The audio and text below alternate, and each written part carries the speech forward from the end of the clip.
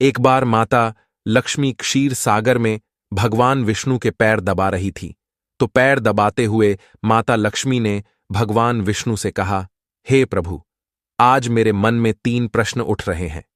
यदि इन 3 प्रश्नों के उत्तर देकर आप मुझे संतुष्ट करेंगे तो मेरे मन को बहुत शांति मिलेगी।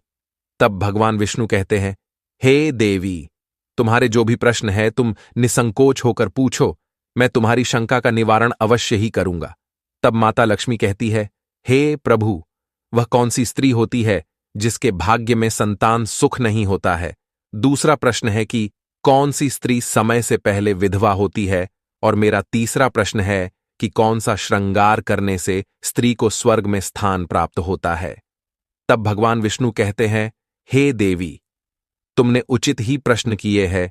तुम्हारे ये तीनों प्रश्न अत्यंत महत्वपूर्ण है।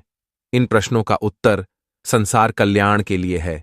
जो भी मनुष्य इन्हें ध्यान से सुनता है उसे पृथ्वी लोक पर संपूर्ण सुख प्राप्त होते हैं और मृत्यु के बाद उसे मेरे लोक की प्राप्ति होती है। भगवान विष्णु देवी लक्ष्मी से कहते हैं, हे देवी, आज मैं तुम्हें एक अत्यंत पवित्र कथा सुनाता हूं। इस कथा के माध्यम से तुम्हारे सभी प्रश्नों का उत्तर तुम्हें प्राप्त होगा, लेकिन तुम्हें इस कथा को ध्यान से पूरा सुनना होगा। इस कथा को कभी आधा अधूरा नहीं सुनना चाहिए। इस कथा में समस्त संसार का कल्याण छिपा हुआ है। जो भी इस कथा को ध्यान से पूरा सुनेगा उसके मैं 32 अपराध क्षमा करता हूं। तब देवी लक्ष्मी कहने लगी, प्रभु, मैं आपको वचन देती हूं कि इस कथा को मैं पूरे मन और लगन से सुनूंगी। आप कृपया उस कथा को आरंभ करें। तो दोस्तों, आप सभी से एक विनती है कि आप भी इस कथा को पूरा जरूर सुने। इसे आधा अधूरा सुनना पाप माना जाता है।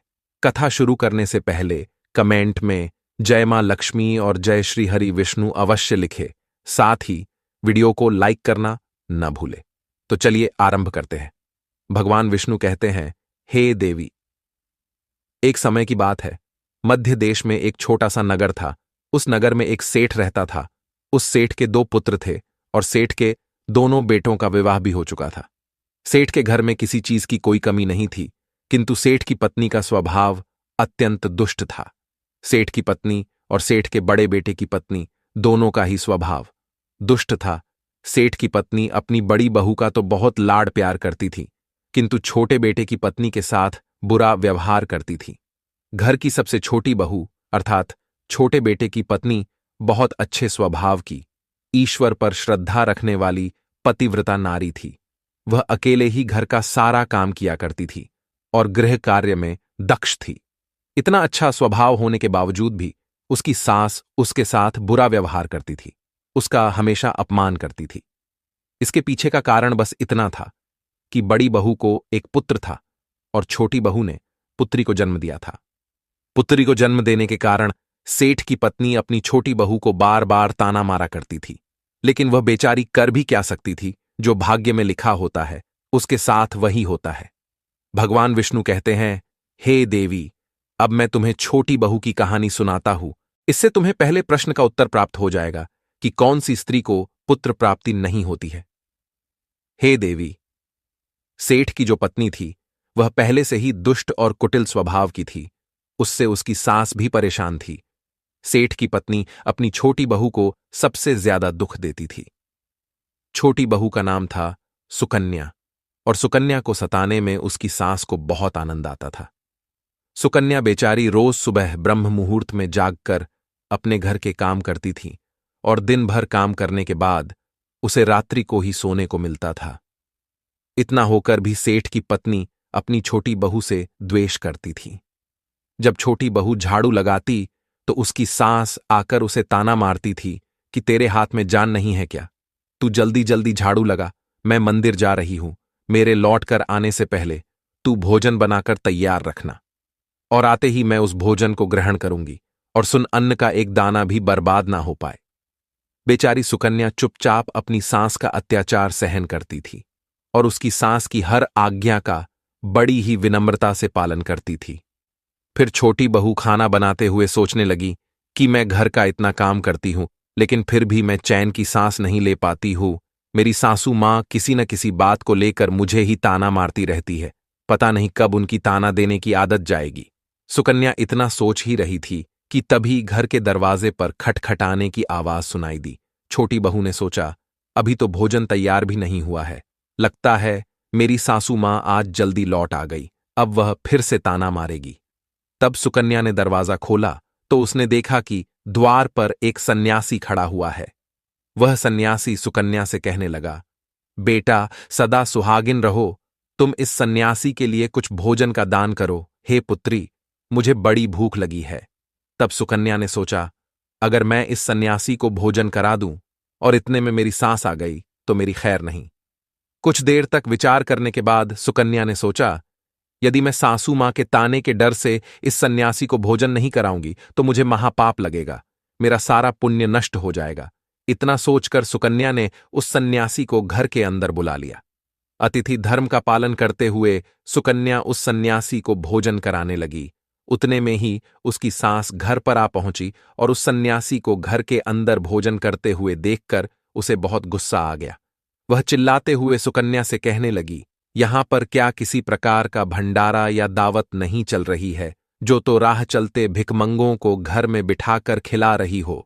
सुकन्या ने अपनी सास से बड़ी विनती की, लेकिन सुकन्या की सास ने बहू की एक नहीं सुनी और उसकी सास ने उस सन्यासी को घर से बाहर निकाल दिया और उसके भोजन को उठाकर कचरे में फेंक दिया। उसके बाद वह सास सुकन्या पर गुस्सा करने लगी, अरे दुष्ट औरत, मैंने तुझे कहा था कि अन्न का एक दाना भी बर्बाद नहीं होना चाहिए, लेकिन तूने क्या किया, उस भिखमंगे को इतना सारा भोजन दे दिया। सुकन्या डरते डरते बोली, सासू मां, मैंने सन्यासी को अपने हिस्से का भोजन दिया है, इसमें आखिर इतना गुस्सा होने की क्या बात है। द्वार पर आए अतिथियों को कभी खाली हाथ नहीं भेजते हैं, ऐसा शास्त्र कहते हैं। फिर सुकन्या की सास ने उसे बहुत डांटा। दोनों के बीच कई देर तक बहस हुई और सुकन्या की दुष्ट सास ने गुस्से में आकर सुकन्या को धक्के मारकर घर से बाहर निकाल दिया और घर का दरवाजा बंद कर दिया।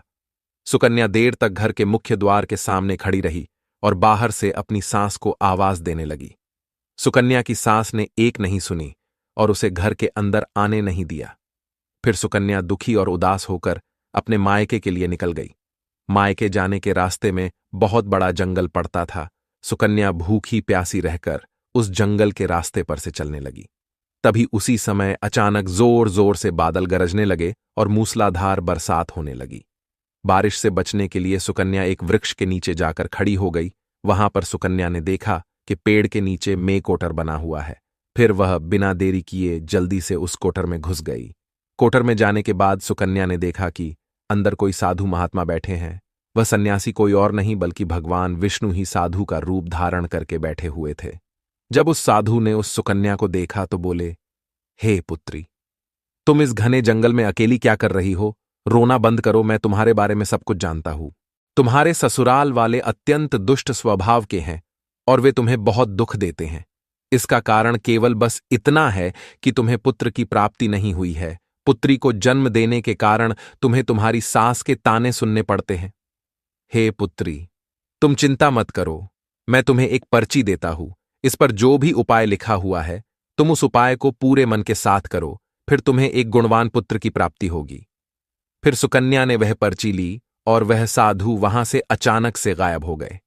ये चमत्कार देखकर सुकन्या बहुत प्रसन्न हुई और जब बारिश रुकी तो सुकन्या का पति उसे ढूंढते हुए उस स्थान पर पहुंच गया।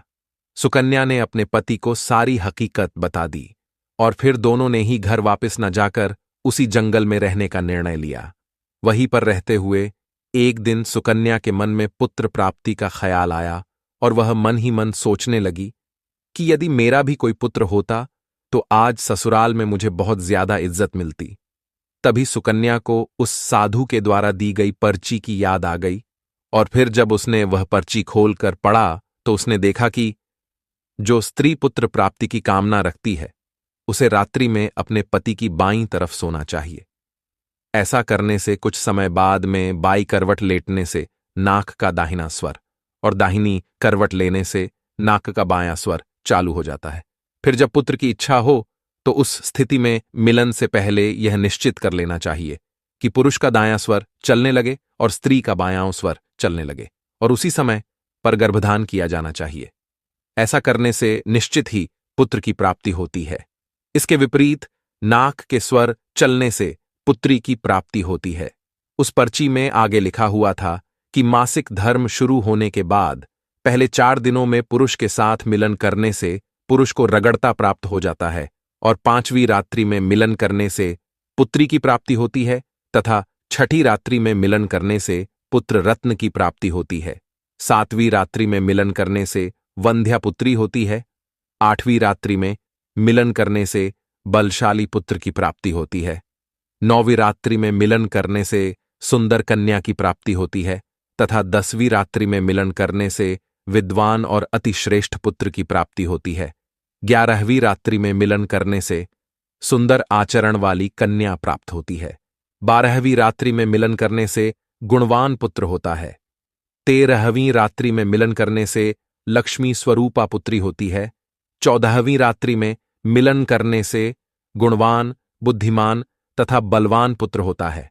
फिर सुकन्या ने मासिक धर्म के बाद 14वीं रात्रि में अपने पति के साथ मिलन किया और उसके बाद गर्भ धारण किया। फिर दूसरे दिन सुकन्या का पति जंगल में लकड़ी काटने के लिए चला गया और सुकन्या घर पर पड़ी रही। फिर अचानक से तेज तूफान आया और सुकन्या की झोपड़ी उड़ गई। फिर सुकन्या दौड़ती हुई उसी पेड़ के कोटर में जाकर रुक गई जहां पर उसे वह साधु मिला था। सुकन्या वहां अपने पति की राह देख रही थी कि अचानक वहां पर 2 राक्षसी आ गई। वह राक्षसी अत्यंत मायावी थी। फिर उन्होंने उस कोटर के साथ पेड़ को उड़ाकर एक ऐसे स्थान पर चली गई जहां पर बहुत सारा सोना था। जब सुकन्या ने यह दृश्य देखा तो वह चौंक गई। सुकन्या पेड़ के कोटर में ही छिपी रही। जब वह राक्षसी भोजन की तलाश में गई तो सुकन्या ने उस स्थान पर से बहुत सारा सोना उठा लिया और उसे कोटर में भर लिया। जब वह राक्षसी लौट आई तो फिर से पेड़ पर बैठकर वे उस पेड़ को उड़ाकर उसी जंगल में आ गई। राक्षसियों के जाने के बाद सुकन्या वह सारा सोना लेकर अपने पति के पास चली गई और उसे वह सारा सोना दे दिया।